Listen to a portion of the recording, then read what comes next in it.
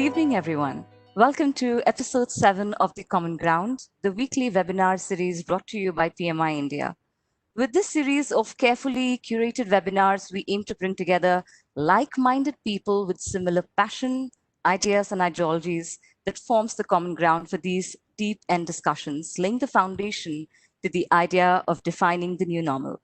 I am Monica Mudam Shetty from PMI Pearl City Hyderabad chapter, and along with me, I have Kaushik Srinivasan from PMI Chennai chapter, and together we shall be moderating today's session. Once again, as mentioned, we urge you to raise your questions only in the Q&A box so that we may take it up in the Q&A section.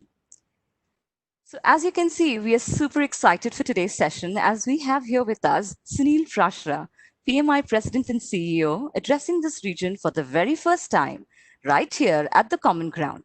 It can't get bigger than this. Sunil was named CEO of PMI in the March of 2019 and is lead advocate for PMI's global organization serving more than 3 million professionals nearly in every country in the world.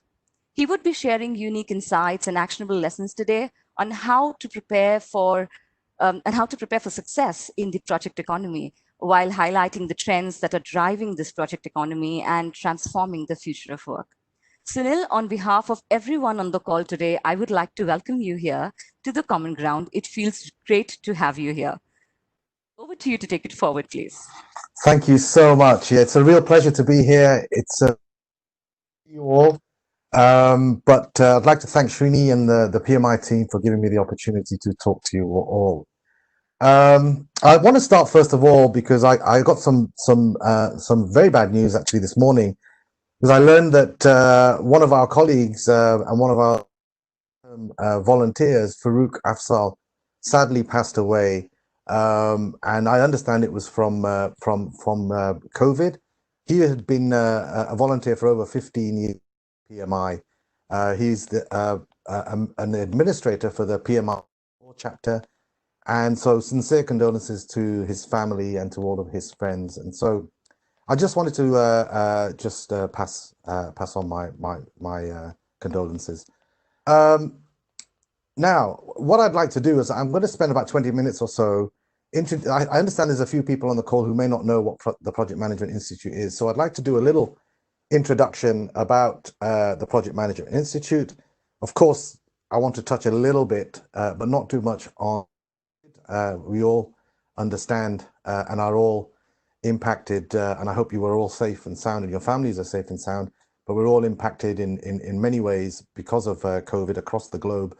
So I can't really not talk a little bit about it, but the real focus is about how organizations, people, institutions are re-emerging now, or rethinking about the future work ecosystem, and how countries and organizations will rebuild themselves post-COVID, and what are the lessons that can be learned from that. So I'll spend a fair bit of my time talking about that, and then I'll be very happy to take on some questions. So let me first of all share my screen if I can. Can someone confirm they can see that? Yes, Sunil, we can see it. Great. So that is a mugshot of me, but I guess you can see me. So, yeah, I've been with the Project Management Institute now for coming up to 15 months now, and prior to that, I've worked for a number of organizations like Accenture, Vodafone, telco background predominantly, Nokia, etc. But I have to say that in the 14 months that I've been with PMI, it has to be probably the best job that I've had the opportunity to land and enjoy thoroughly. I truly love this opportunity in this organization. Let me see if I can move to the next slide. I got numbers for you here just to kick off the session that you might want to think about, just to put the context. I wonder whether you what that 2 trillion represents. We can't do this with questions and answers, so I'm going to give you the answer. But 2 trillion, 10%, 40%. The 2 trillion number represent the number of dollars that are wasted every year through poor performance and failures of transformation and projects around the world every year. And that number has maintained itself at that level for several years. So 2 trillion is just wasted, goes down the drain because of poor project management or poor projects that don't execute and deliver to their needs. The 10% is the actual number of projects that totally fail across the globe to achieve their objectives. And the 40% is the number of across the globe that don't invest in management training for their employees.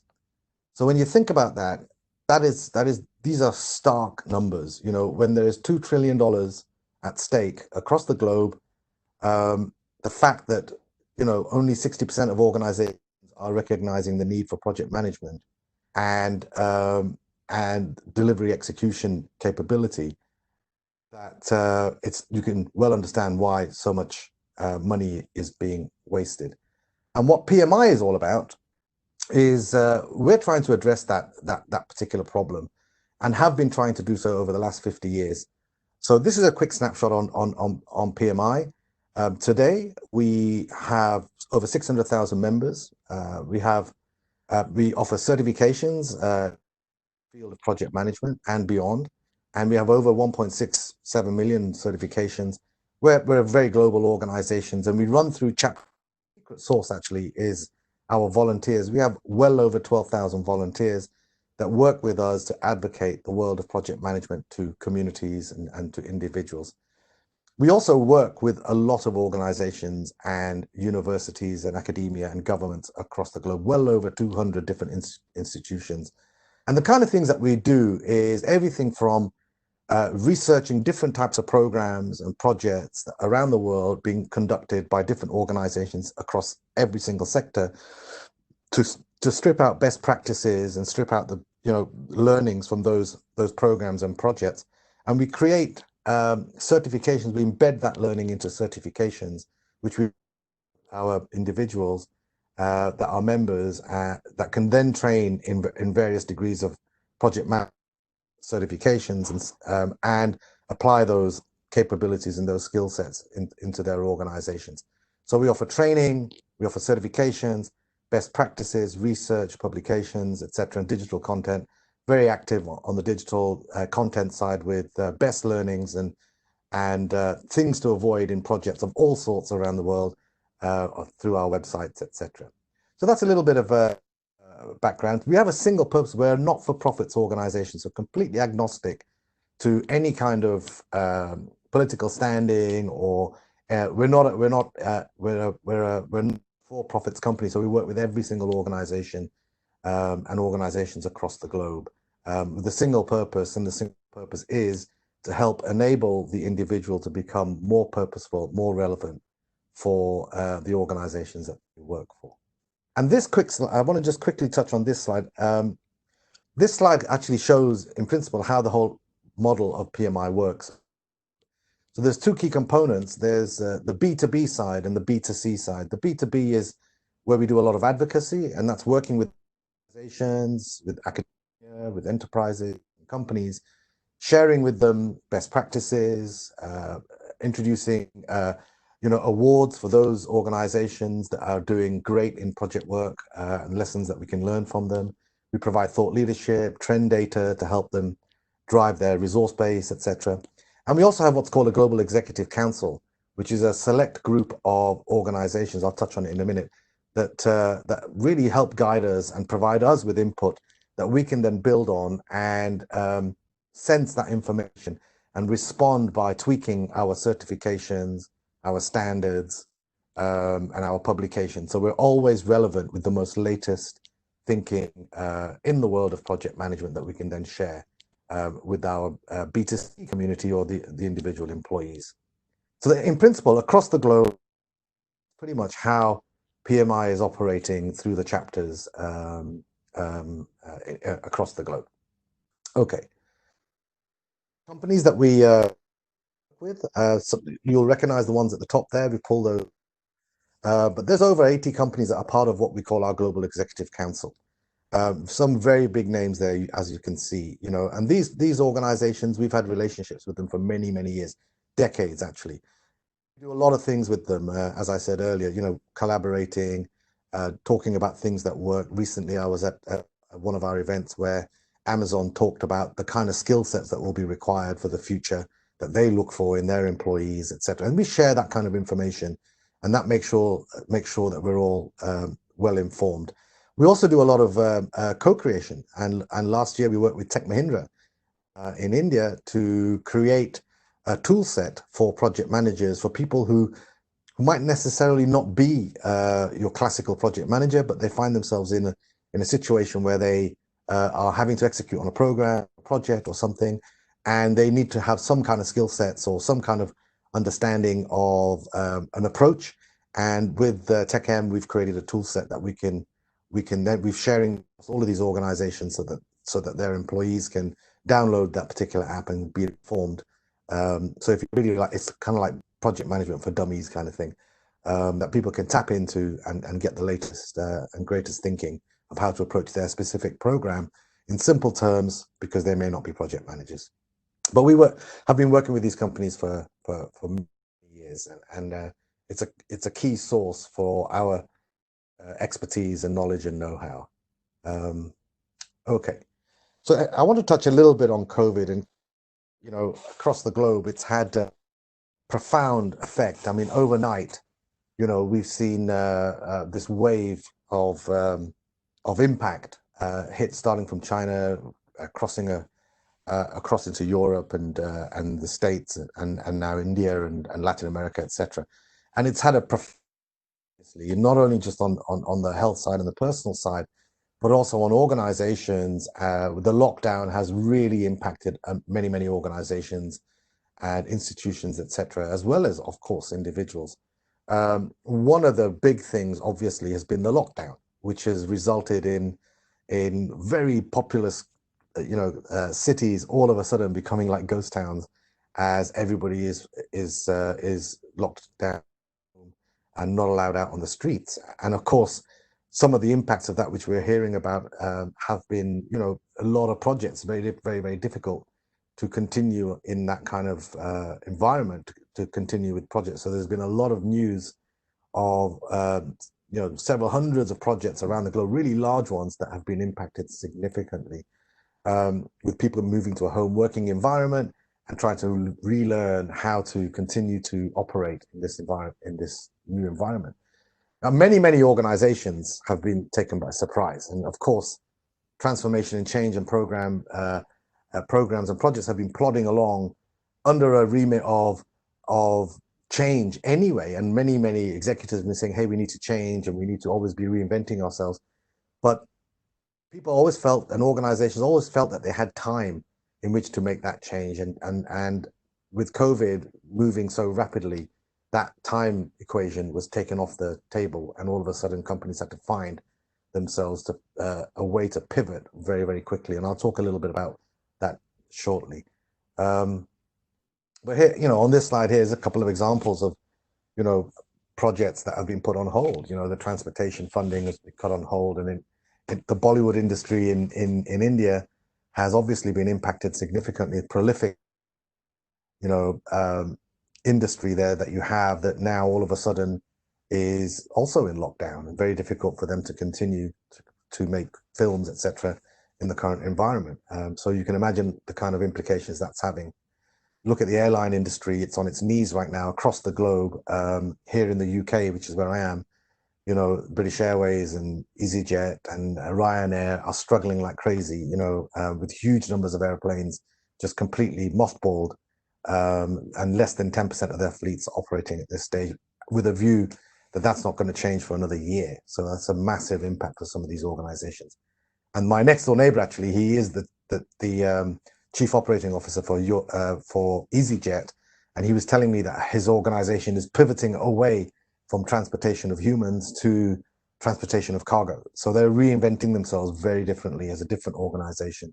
And they may go back to passengers, but they can't see that happening for a number of years as a major part of their business going forward. So big changes. And whilst on one side, you've got this slowdown of projects, you've also seen, actually, conversely, other areas where a prolific uptick in projects as well. So take two examples here. In India, you're seeing the tremendous investment going into an upgrade of the railway system. With now people not traveling as much as they were, or in fact not allowed to travel, it's an ideal opportunity to actually upgrade any of your infrastructure. And that's happening in Mumbai, where a bridge recently, that's I think a 200-year-old bridge, was demolished, and it couldn't be done earlier because of all the traffic that was, and it was a key connection point. So it was very difficult to divert the traffic. So there was no opportunity to actually upgrade and rebuild that bridge. And so now with less traffic, that's actually happening. And that's actually across the board. The other day I went for a here in London, and after many 70 odd days of lockdown, I got the chance to be able to go out. And as I was running down the streets, I noticed that the UK 2-3 years has been suffering from a lot of potholes, which is strange for the UK, but it had been, and they've all gone. And that's because, again, in the UK, the road infrastructure teams took the opportunity to upgrade all of the roads, and I noticed that just the other day. So some projects are still continuing, and some of the ones which are always being put on the back burner, people are moving towards those as well to make sure they're done. So when you look at it, as our CEOs and CTOs for many years, you've probably seen this slide before. From it's a tweet that somebody sent out. I really love it because being a CEO and also having been involved in lots of transformations in my life, I always find it a real struggle to get people to accept the change that was being thrust upon them. There were a lot of resistance to change, etc. And it took a long time to convince people. But with COVID coming along, all of a sudden there's been this mind shift that people totally recognize that can't continue pre-COVID. Post-COVID, things have changed, and they have to accept what those changes are. So the adoption of change has really has become not as big an issue as it has been in the past. And I think going forward, people will become conditioned to be able to change rapidly, and it will be their skill set. And I'll talk about skill sets and whatnot the next slide. So COVID, I think, has been a major catalyst for organizations to really think about now how they need to be and how they need to reinvent themselves in the future, such that they don't get caught out by tectonic impacts like COVID and others, which are slow burning, like some of the more planetary things that are happening, like overfishing or overpopulation or rising water levels, etc., which are kind of like creeping up on society, but we feel we have time to address those. There will be impacts like COVID in the future, which we will need to respond to very quickly also. So the ability to be able to plan for the and also be able to respond very quickly to events such like COVID is going to be a critical component of many organizations going forward. So that brings me on. So, what is economy? And this is a term that PMI has been using a lot. And what we saw, this was actually prevalent pre-COVID, where organizations were looking at the way that they need to optimize and drive change in their organizations. And one way was by projectifying and converting all the work that's being done within a particular organization into the form of a project. And this was happening because organizations and countries and governments are seeing major changes in the way that they need to operate. I want to give you a great example. If you look in the whole of the Middle East, most of the income, the economy has been driven for the last 20, 30, 40 years because of oil. Now we're seeing that the appetite for people to be, the demand for oil has dropped significantly. You've seen that in price. That was already declining despite what happened with COVID, with more and more people and organizations wanting to use alternative energy sources like solar. So the whole of the Middle East has actually been on an active initiative to find new ways of creating an income stream beyond oil, and that is a project. So take Saudi Aramco, for example. Most of its income from oil is now looking at new ways to generate wealth, to drive its own economy, and it's doing that through alternative energy sources like solar, and that's a project. And so that's why we're saying that the world at a macro level is also looking at the projects from an economic perspective, and then also at the tactical, more sort of micro level, organizations reconfiguring themselves into teams of people that go and execute on specific programs throughout an organization. So the project economy is strengthening society. It's enabling organizations and the governments to become more relevant and pivot ways and new ways to generate income and GDP. And it's also creating an opportunity for people to re-empower themselves with new skill sets across organizations, not just within a specific project management office. And that's reiterated last year when we had a conference in India. We had Mr. Naidu, who was there. He's was talking about the Prime Minister of India, and he actually said, you know, hey, the Prime Minister of India is actually a project manager. He is project managing the reinvention of India and its repositioning across the globe. And some of the examples there, you know, he announced there a 1.5 trillion investment in the infrastructure that's going to be spent over the next 5 years in India, and more recently, you know, billions being put into a stimulus to support the stand-up of enterprises post-COVID. So, you know, country and the Prime Minister considers the reinvention of the country a major project, which is a classic example of the project economy in action. So we at PMI, you know, obviously embedded in projects. It was our 50th anniversary, and we looked at what would be the most important, if you were to look over the last 50 years, the most important projects that have really influenced the world, the most influential projects. And we picked the top 50. And I would urge you to go on our website and take a look at those. There's some very surprising ones there that really did. I won't give away the ones that we felt were, you know, 1, 2, and 3, but I think you will relate to them when you go there. But we looked at 50 projects that across the globe, regardless of which country, etc., that have really transformed the way work is done, the way people consider work, and have brought us into where we are today, and will take us into the future. So some incredible projects, and I want to touch on one because there's one called the Adar project, which is part of that group of 50, which I'm sure you all know, which is an incredible program that was driven out of India and is now being actually replicated in other parts of the world. We're using technology to really identify, I think 99% of the Indian population is now and registered, and that has allowed the government to be able to really target its resources, its social resources in areas that really make a difference. And so the impact of this program has been significant, significant enough for us to include in our top 50 most influential projects, and one which a lot of other countries now around the world are adopting and taking action in a similar vein. So that's all I want to talk about. What's happened today? I really want to talk about these 3 topics here, which is how is the world going to pivot in the new way of working? Because we're all feeling it now. I've been stuck here in this room for the last 70 odd days. Everybody's become virtual. That brings a different way of working. There are different skill sets required for that. There's different technology that is required. You know, it's a more complex environment that we're working in now.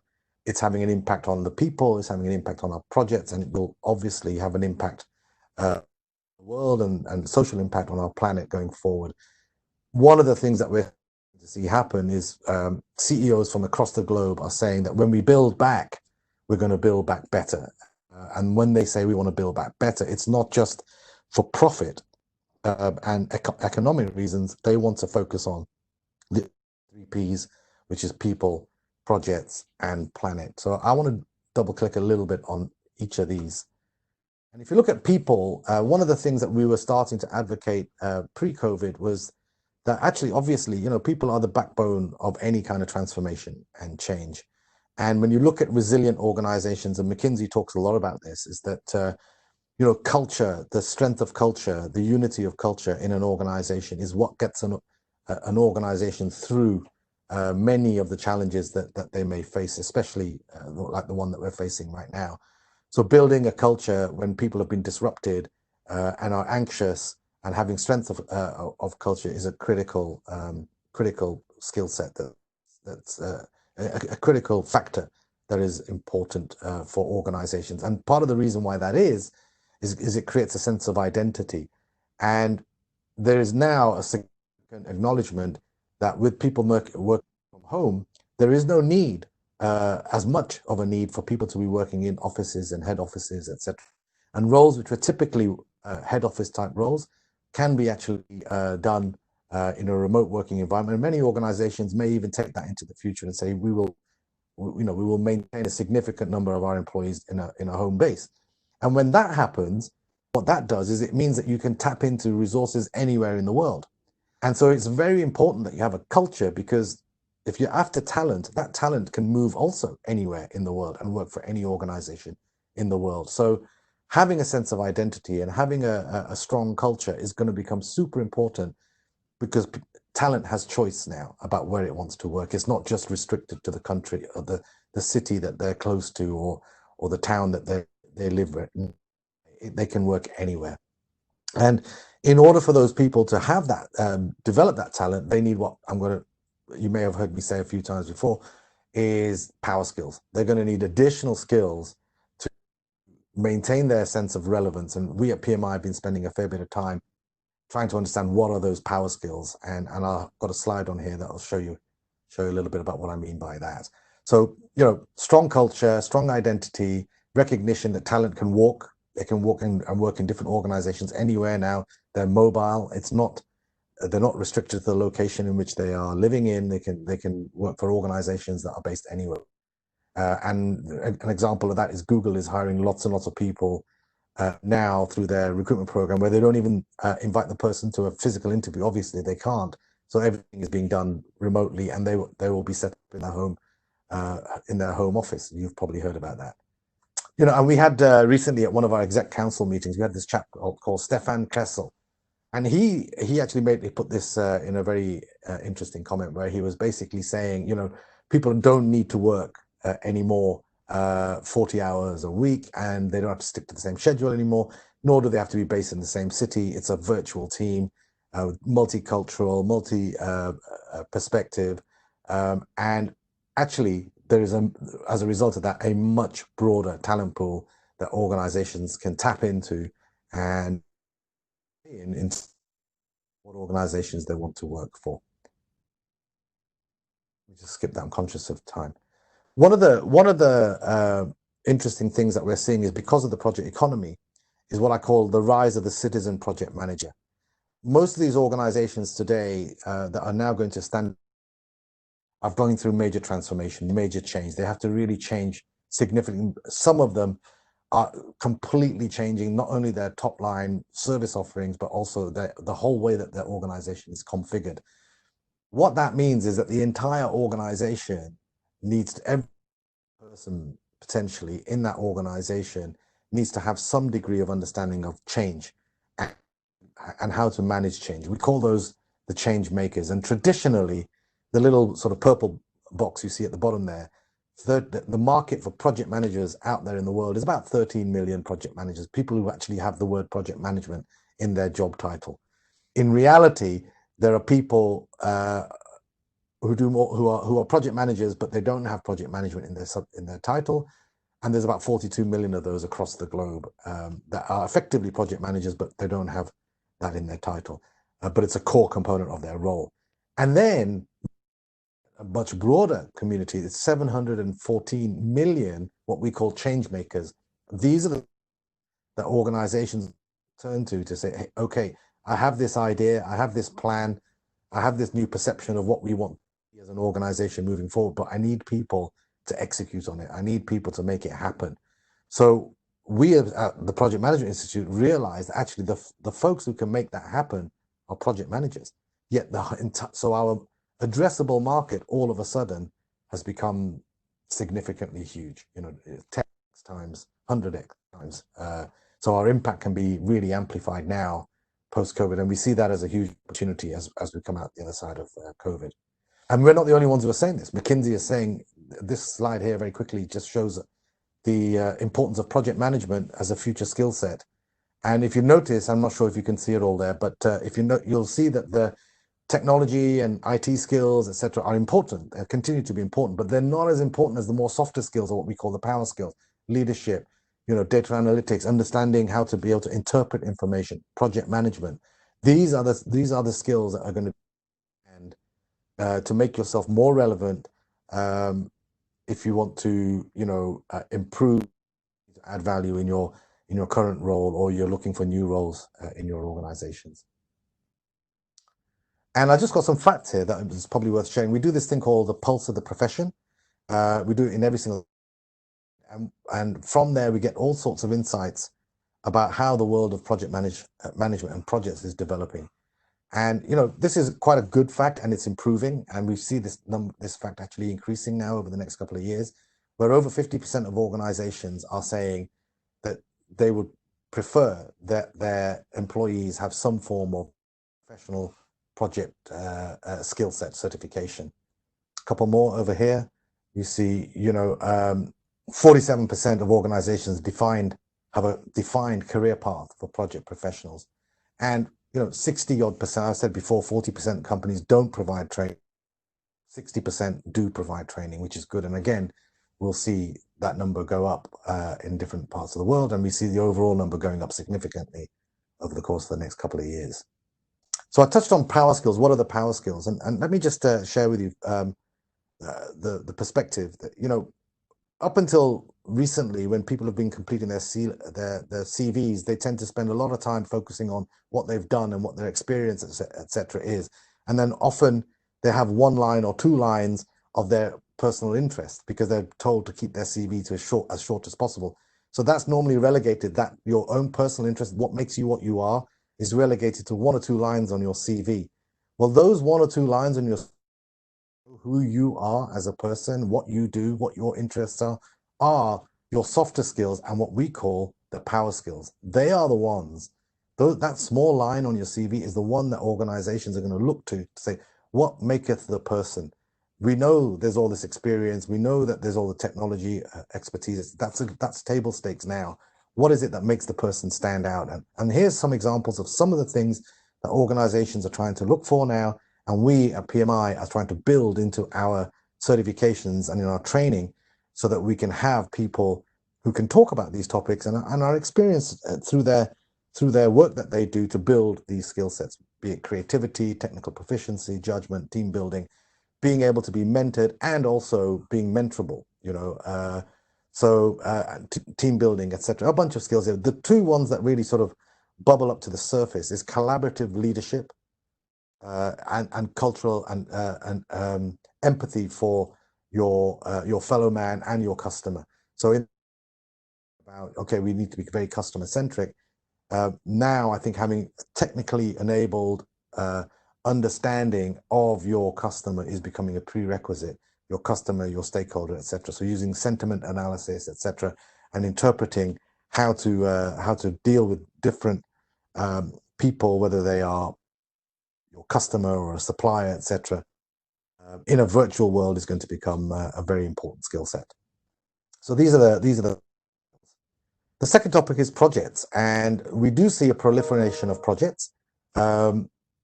If you look at these stats, have stayed relatively stagnant for a while. When you're poor performance, 11% of projects, investment is wasted.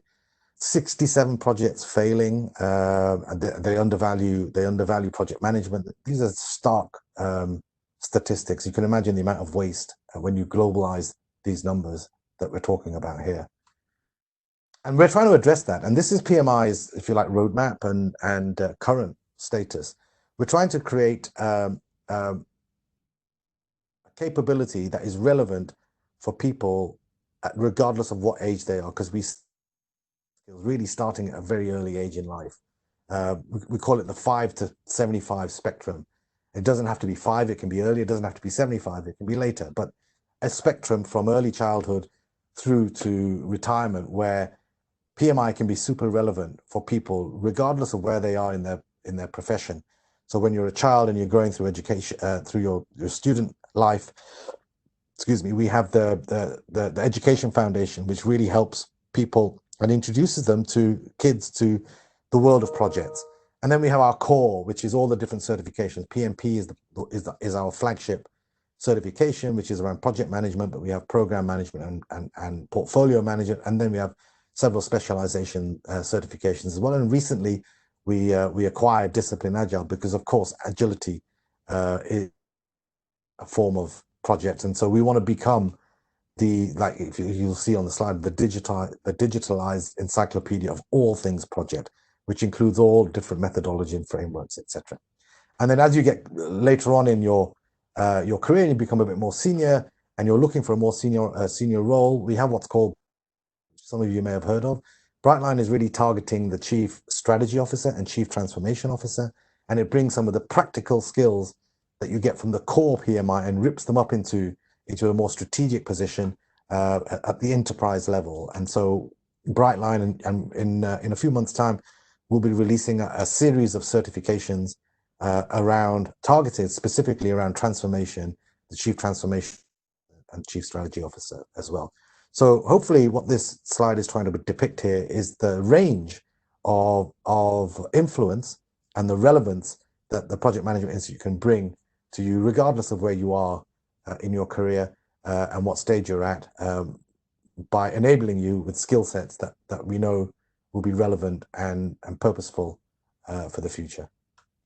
And we have a whole load of things. I would urge you to website pmi.org, and you can read about tool sets here. We've got tool sets, we've got thought leadership programs, we've got white papers, we've got TED Talks about all different types of projects. For sure, there'll be something on there specific to your needs that you'll be able to find the latest thinking on, etc. So Snippets and Navigator are a couple of tools that you can do. They're free. You can download. There's a bunch of courses that you can take. Again, many of them are free resources that you can tap into to enable yourself. You can learn about the Education Foundation and the amazing work that they do. It's a 30-year foundation dealing with children across the globe. You can learn all about Discipline Agile, which is our new Agile acquisition, and the world of Agile. And of course, if you're thinking about moving into a more strategic role, you have Brightline and the incredible relationships that we have with some amazing organizations and thought leaders about what kind of skill sets you might need in that space. So I'd urge you to take a look at that. A lot of free resources for you to absorb and enjoy.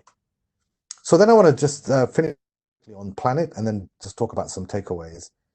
So PMI is a purposeful organization. We're not for profits. A big focus in our organization is on social benefit and social responsibility. It's not an agenda in any way, shape, or form. It's a true responsibility. And last year we galvanized our entire community of well over 1.6, almost 2 million, project managers out there to do something very meaningful and purposeful, and to contribute to the United Nations 17 SDG you see here. And we set ourselves a target of 50,000 man hours of project management resources that we will be able to deploy through volunteering, and we did 3 times that number. So 150,000 man hours of project management dedicated to these 17 SDGs, and we continue to do that going forward into next year.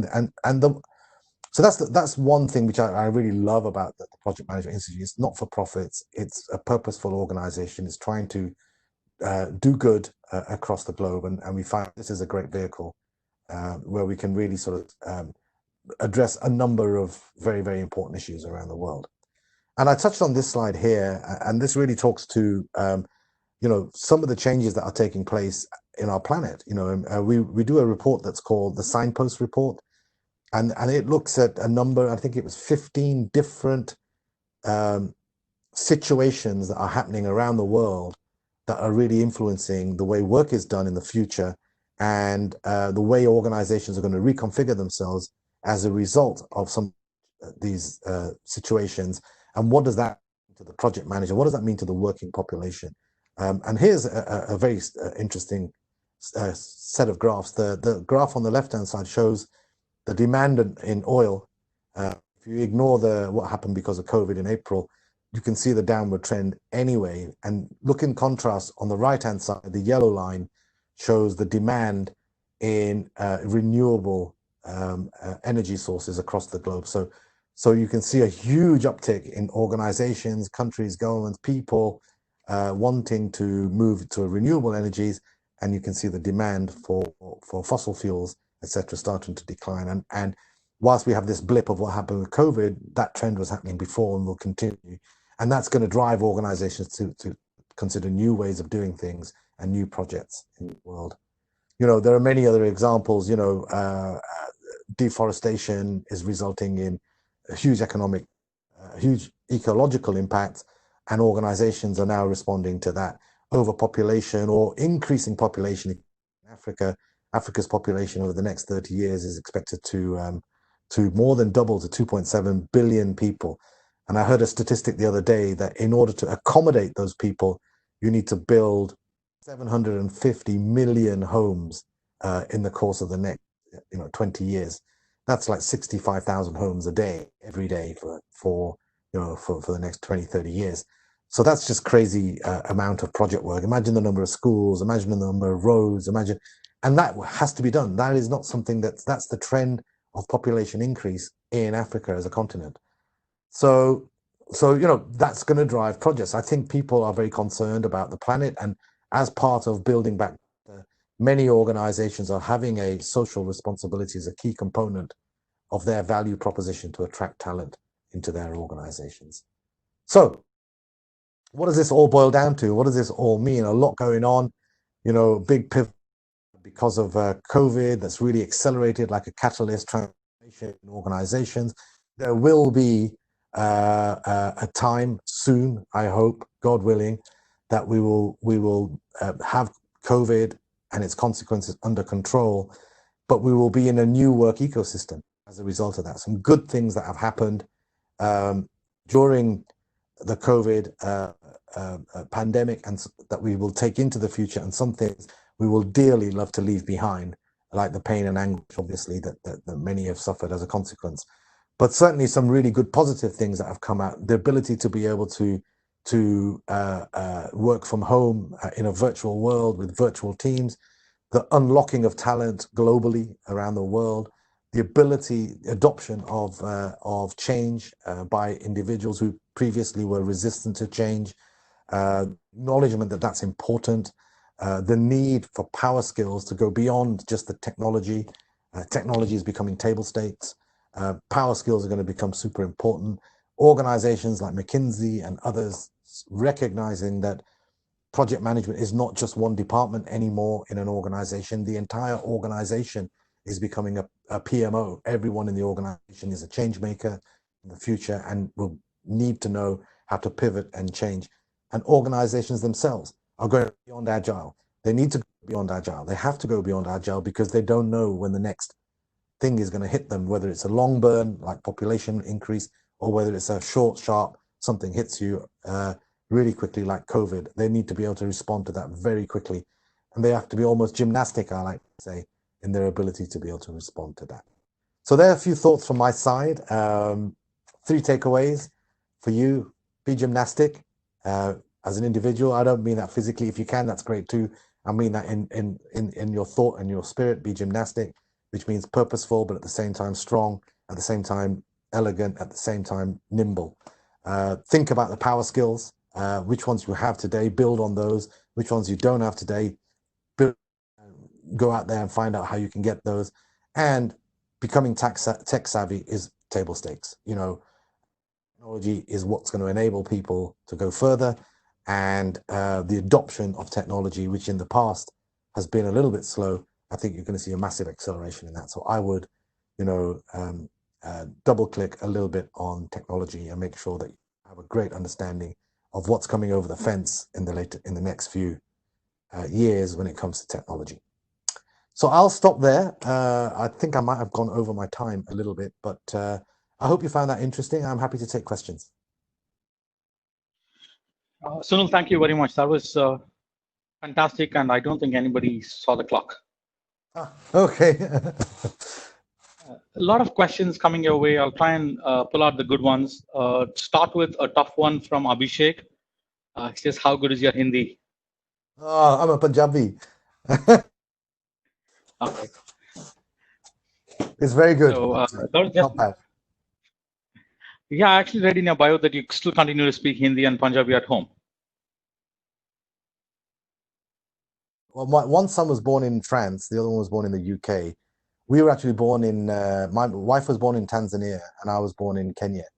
And my parents also were born in Kenya. So we left, it was my grandparents actually who were taken to by the Brits to work on the railways back in the 40s and 30s, I think. And so my parents were also both born in Kenya. So we're East African Indians, but I mean, my culture is Indian. I'm proud of it. I'm Punjabi, Hindu Punjabi, and my kids. We try to speak a little bit of Punjabi at home, but the kids they're not having it. It's very, very, very tough. That kind of leads us into the first question, right? Because you're truly a global citizen. So Subramaniam says globalization, privatization, liberalization, all of this was what contributed to a lot of things going around the world, making the world a smaller place. But now suddenly there's a lot of talk about self-reliance and closing down borders and stuff. Yeah. How do you think this is going to impact us in the post-COVID scenario? Yeah, so my personally, I think it's a shame, but that's my personal opinion. And of course, who cares about Sunil's personal opinion? What does it mean to us as a community? I think that I think that it's almost like that it's a bit of a seesaw. I think that there was a point where we were becoming very, there was a book that was released, I don't know, about a decade or so ago, called "The World Is Flat" by Thomas Friedman. I don't know if you read it. Friedman, yeah. Yeah, and that was, I mean, at the time it was a very insightful book. Now, and I think we've reached the end of that product cycle, if you like, and the world, and it's gone back into, it's like, let's build bridges, let's build walls, let's think about our own country first before we start doing all. And I think that's fine. But I do think that at the end of the day, organizations have become global. You can, through technology, operate anywhere in the world. We are a digital organization with our head offices sitting in Philadelphia, but we're really a global company. We're a digital company, and resources you can now tap into anywhere in the world. So I think that it's a bit like a seesaw effect. We've gone the end of one particular era, which was globalization, dropping of barriers, working together. And we kind of like reached a point where that was not being as effective as it was in its early days, and we've gone completely the other way to this very divisive world right now. And I think that will also have its day for a short period of time, and then we'll equalize, which is why I'm thinking it's like a seesaw. For us, as a community, and me, I am a global person. I will always be a global person. Global organization. It has no affinity for or priorities for in any single direction, whether it's gender, political standing, enterprise, etc. I mean, a big chunk of our business and our relationships are based in China, and a big chunk are based in the US, and those two guys at the moment are not having fun with each other, right? So I mean, we're caught in the middle, and we don't take sides. Great. So again, a lot of questions around this topic, but things are slightly depressing all around us. But do you actually have seen anything that's come out as positives or hopeful things that have come up because of COVID? What is the silver line?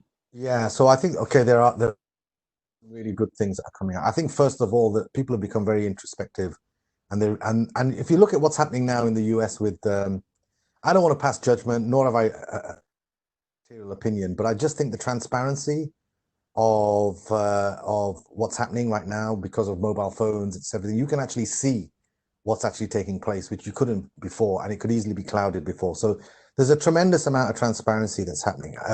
So I think that's one thing that's, and I think I see COVID I think there's some of the population reaction is as a result of COVID. I think there's been frustration, and that's brought out a whole bunch of people feeling very uncomfortable. I've had 70 days sitting in this office here. I'm going crazy, so I need to get out.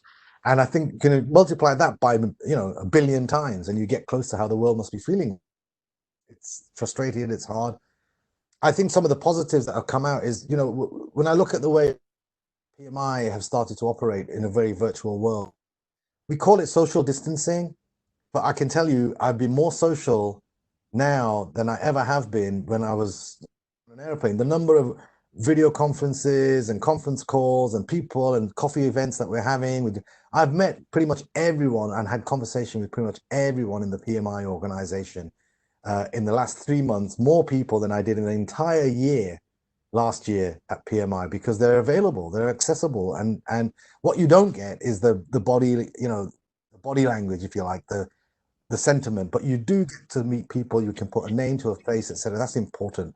And I think going forward in work, people will do a lot of sophisticated technology to support people to build these interactions, which are virtual interactions, sentiment understanding, facial recognition, all this kind of stuff. I think will come because I think people will work more and more from home. The other thing that's happened is I think it's very positive. It's driven a social a requirement that we've been bleeding the world, and we have been doing that, right? We know it have. It's just we've been driven by one of the 4 P's, which is profit, and we've disregarded people. And I don't want to get spiritual about this, but we've disregarded people, we've disregarded the planet, and we've also disregarded projects when you look at the evidence, right? So we disregarded. When I say disregard, disrespected them. And I think that there's an equalization. A lot of organizations and CEOs around the world saying, when we build back better.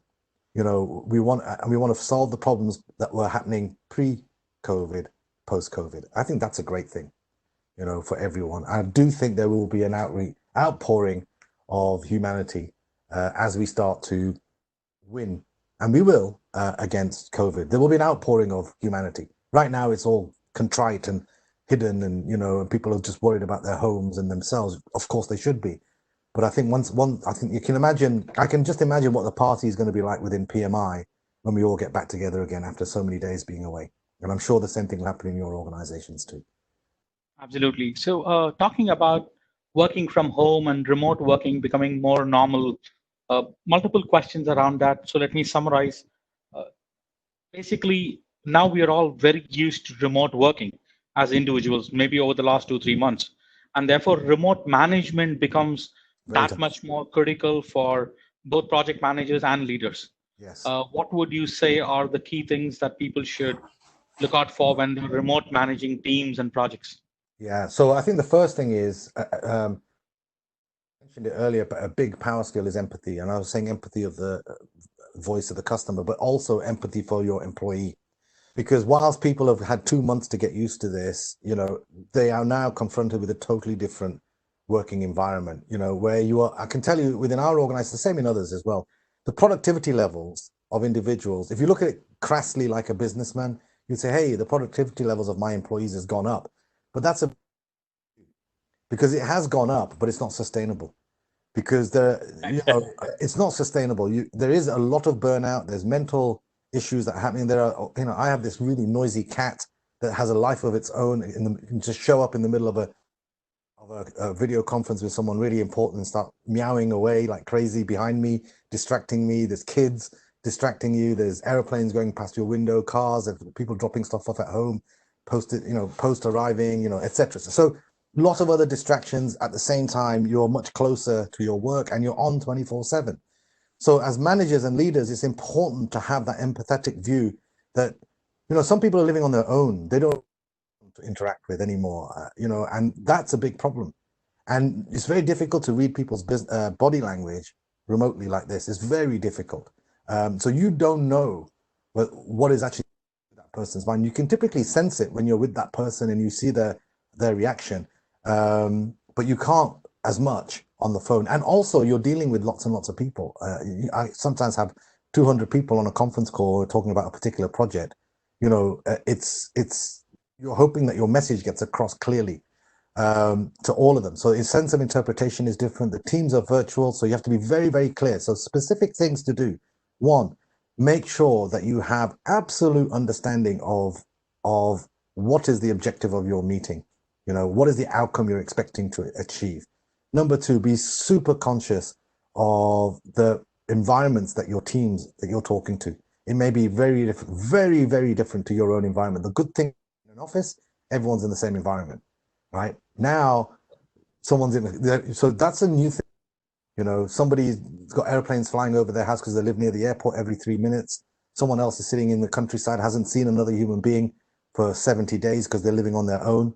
They have totally different mindsets, right, when that's going on. So having that sense of awareness is super important. Having an outcome is the third thing I would say. No point in having a meeting unless you set it up front that this is just a chit chat to see how people are getting along. If you're going to have a meeting, have an outcome. Make it purposeful. If it's just a chit chat, say that's what it is at the beginning. This is just to have, we're going to chew some ideas around. We may not get an outcome.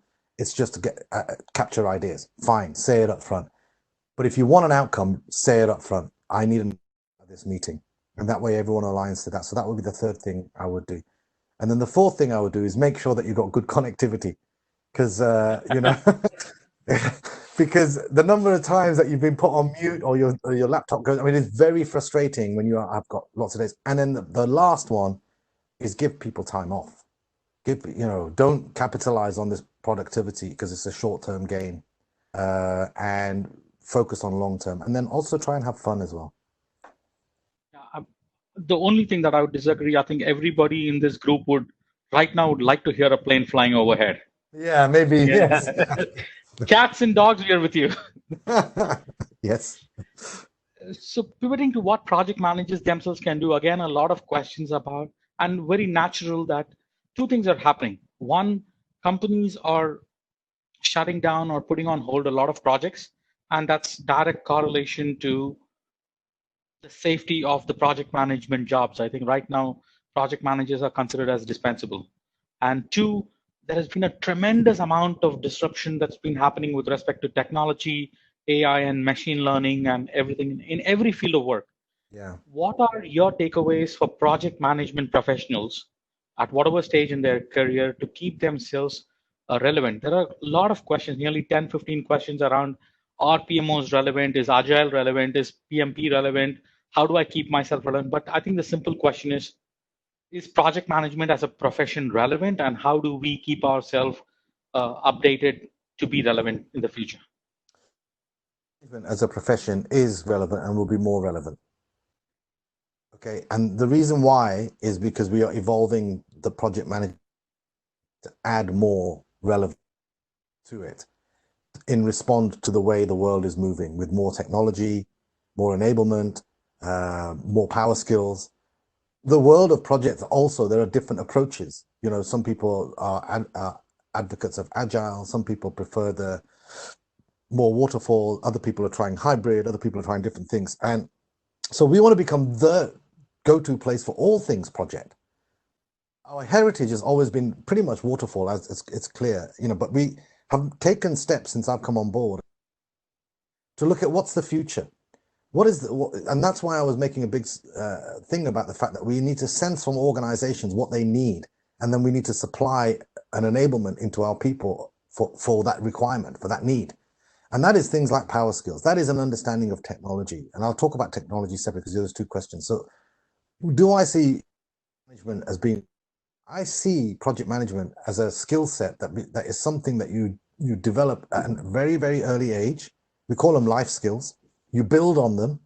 It can take you in any single different direction. I genuinely believe the world is going to become a project economy. I don't see the need in the future for functional responsibilities like finance, HR, legal, because much of the knowledge in there is being automated, digitized. What's actually taking place in those functional areas. And by the way, I was a CFO, so I'm for 10 years for a major organization, so I know a little bit of finance. And I look at what's actually happening in those organizations and their projects in the finance function. The actual ERP system does all my double entry and all that kind of stuff for me now. It's all integrated, it's all systemized, it's codified. So now it's projects. What can I do? Can I get my forecast out quicker? In fact, do I even need to do a forecast? Can I not have it real time? Et cetera, et cetera. These are projects. So even in organizations, so I see the world of projects expanding, not constricting, which is why we're going after the change makers. And we're saying, as organizations stand up again now, they need people who really can take an idea and turn it to reality. The days of failing and failing fast have gone, because people have the economic impact that they have suffered, they can't afford to fail too many times anymore.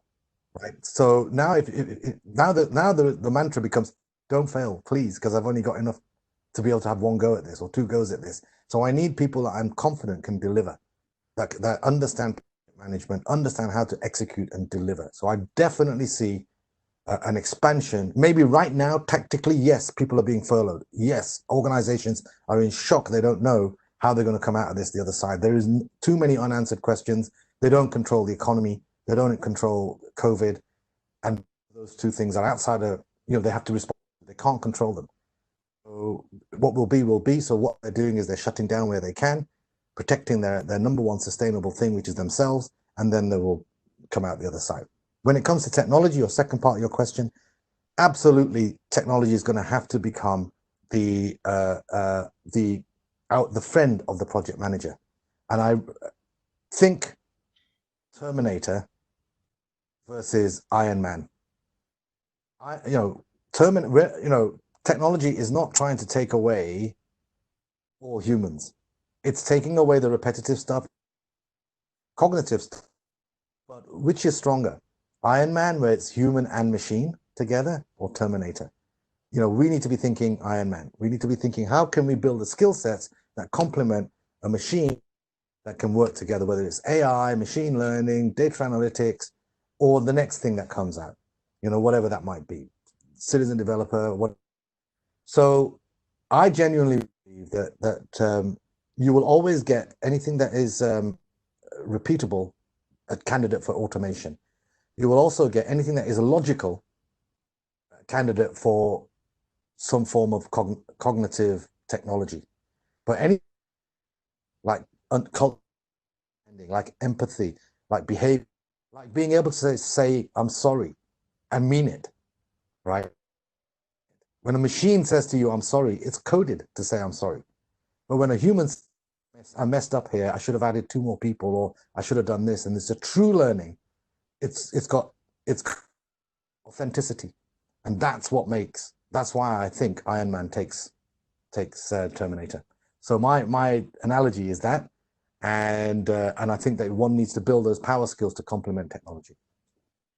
I think that's a very hopeful note to think about Iron Man, rather than all the doomsday movies that 2020 has been looking like, right? Absolutely, yeah, exactly. Yeah, Sunil, we are at about 3 minutes past. Are you okay to continue for a couple of more questions? I'm fine. We have about 750 people who are still glued onto the screen. So that's how I read body language in a webinar. They're all still here, and that's because there's no cricket, right? It must be because there's no sport going on right now, so they're all sitting here listening to us. They're listening to you, Sunil, and so a lot of questions. Again, the next probably logical grouping of questions comes from going from skilling project managers to project management education itself. Questions ranging from, are you telling me how can colleges and schools work more project management learning? And 2 is a question, you talked about life skills. What is the contribution that PMI EF is doing? How are they adding value in the field of education? Great question. Great question. I think comes from one of the PMI EF guys. So, yeah, no, great question. So I want to just, so we have this strategy called the 5, basically saying everything, we want to be relevant at every single stage in everybody's career, regardless of age. Starts very early on.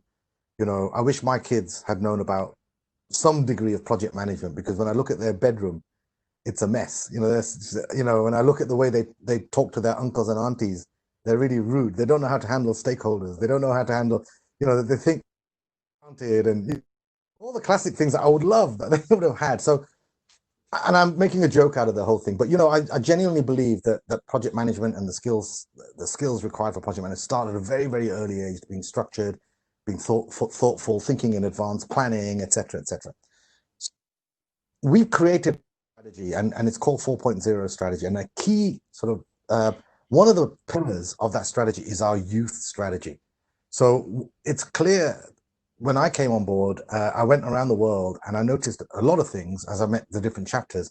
But one of the things I noticed that in some parts of the world, we have a very aging project management community, and in other parts of the world, it's very young. In some places, it's balanced, but in some parts, it's very young. In some parts, it's very old. And I was wondering why that would be, because the messaging is the same. We're trying to do the same thing. So why is it that it's resonating in Latin America with the youngsters, but in North America, it's a lot older people are further on in their career. So we wanted to address that issue. At the end of the day, it's the youth that will continue to drive project management forward into the future. It has to be. So we need to make sure that we attract more and more youth to us. And there's different ways of doing that. It's through academia, it's through various NGOs, it's reaching out to schools, etc., and working in that space. And the project management, PMI EF has been doing this for 30 years. We see PMI, and what's happened is these two organizations, PMI and PMI EF, have kind of evolved into two separate, they're not two separate entities, it's one entity, but two separate sort of personalities. And we need to bring them together because they're synergistic. And so one of the activities for 2020, which has been put on hold because of COVID, but it's still there on my, is how do we bring these organizations under one PMI? Because we are completely synergistic. We need the thought leadership and experience and knowledge of 30 years of dealing with youth that comes from PMI EF. And we need to add on to that the learnings that PMI has over 50 years of working with organizations, entities, so we can have a single line that takes you from childhood all the way through your career. That's my mission. So if the PMI EF folks are feeling a bit nervous, they shouldn't be. You are rock stock right in the middle of our future strategy. Sunil, thank you very much. Just closing down, I saw your message about one team, one song, one dance. Now you talked about one PMI. What would you like to say to everybody about it? And what would be your one takeaway from this? The one takeaway that I have is when all of these restrictions are over, there are about so many people in this webinar who are looking forward to seeing you face to face. Whenever we host a national conference in India next, face to face, there are a lot of comments about when you're traveling to India, but what is your one takeaway for all of us? What is the one thing that you are looking forward to next? Yeah, thank you. So I really enjoyed this session, this chat, and I would have probably been a lot more nervous if there were 750 people standing in front of me, but because it's just you, Kaushik, I feel a lot more comfortable and relaxed, and it is a Saturday afternoon. So I think that one team, one song, one dance, the story behind that story. And I know we're running out of time here, but I want to leave you all with this story. It's a beautiful story. We were in Africa, in Tanzania. It was the African Congress. We had, I think, 30 or 40 different chapters from around the whole of the African continent were there, from Ghana to South Africa to Tanzania to Kenya to Uganda to Egypt, you name it. They were all there. They all came in en masse, several of them at the event. And we had a dinner. And at the dinner, they all came in their different gear, different dress codes. So the Ugandans came in the Ugandan national clothes, etc., etc. And the Tanzanians did the same. Nigeria did the same. And they all sat at their tables, and they were enjoying a lovely meal. And then the music came on. And when the music came on, the Cameroon got up to start dancing. And I joke about this because it's the equivalent of the African Macarena. I don't know if you know what Macarena is, but it's the African version. And slowly the other tables got up and started to dance. And after a little while, they were all in unison doing the same dance, right? And I was watching this and saying, hey, look, there's a miracle happening here. When the music stopped, they all went back and sat at their individual tables again. And then when the music started again, they all came together and they all started to dance again together. So I stood up the next day and I said, there's a miracle that happened. The miracle is when music is playing, you are all one team. You're all singing to one song, dancing to one dance, right? And the value of that is your voice becomes amplified. It becomes rhythmic, it becomes amplified. When you are far away sitting in South Africa and you need something done, you're just a lone voice that all the way finds its way to Philadelphia, to our head office, you're just a whisper. But when the whole African continent dances and says this is a problem and it needs to be solved, you are a big voice.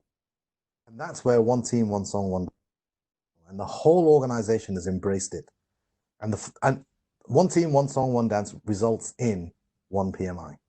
And that's what we are. So that, if there was one message I would leave everyone, is a feeling of solidarity. Yes, we're in a divisive world. Yes, we face some terrible tribulations. Be strong through them. God is on our side. You know, what we represent, you know, it's goodness, it's social, it's goodness. We want to empower people, learn from these experiences, share them with your kids as they grow up.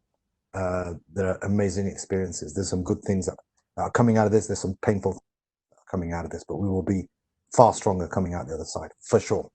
For sure. I would leave you with that thought. And absolutely, you know, one of the top places I want to visit when the damn lockdown is over is India, for sure. All right, looking forward to welcoming you, I think. And for everybody who says project management is a song and dance, as long as the music is playing, we're all one. And I think project management connects all of us as well as one PMI in achieving our objectives. Thank you so much, Sunil, for spending so much time on a Saturday afternoon. We're just going to close with a few announcements. Interesting things happening in the world of PMI in India. Let me just bring up my slide. The first thing many of you might be interested in is how to claim the PDUs, right? While the knowledge keeps us going, the PDUs are important too. This is how you can claim the PDUs for this session. Please make note, you will also get it in your email shortly. You can claim your PDU through this code, depending on your certifications. Like I said, really exciting things coming up. The webinar series Common Ground has been going for 7 episodes. This is the 7th week in succession, and we've had an average of over 700 to 750 people attending every week. So when I say we're going to not do it next week, it's for a very, very strong reason. And that's because PMI is hosting the PM Regional Conference 2020 next week on Saturday and Sunday, 20th and 21st of June. This time the conference is going to be completely virtual, 8 hours of learning with over 20 speakers. 20 speakers learning from the Bollywood film industry to construction, to consulting, to spirituality. They're all going to be talking about innovation in entrepreneurship. Registrations are still open. That's 20th and 21st of June. Do check out the website on pmi.org.in/PMRC20. This is being put together by PMI India and the PMI regional team out of Kolkata. So looking forward to seeing you all on those sessions as well. And once again, thank you so much. So we will take a break next week, and we will be coming back to you with episode 8 the week after the regional conference. Sunil, thank you once again for joining us. And on behalf of Monica and myself, thank you all. Have a good weekend and stay safe.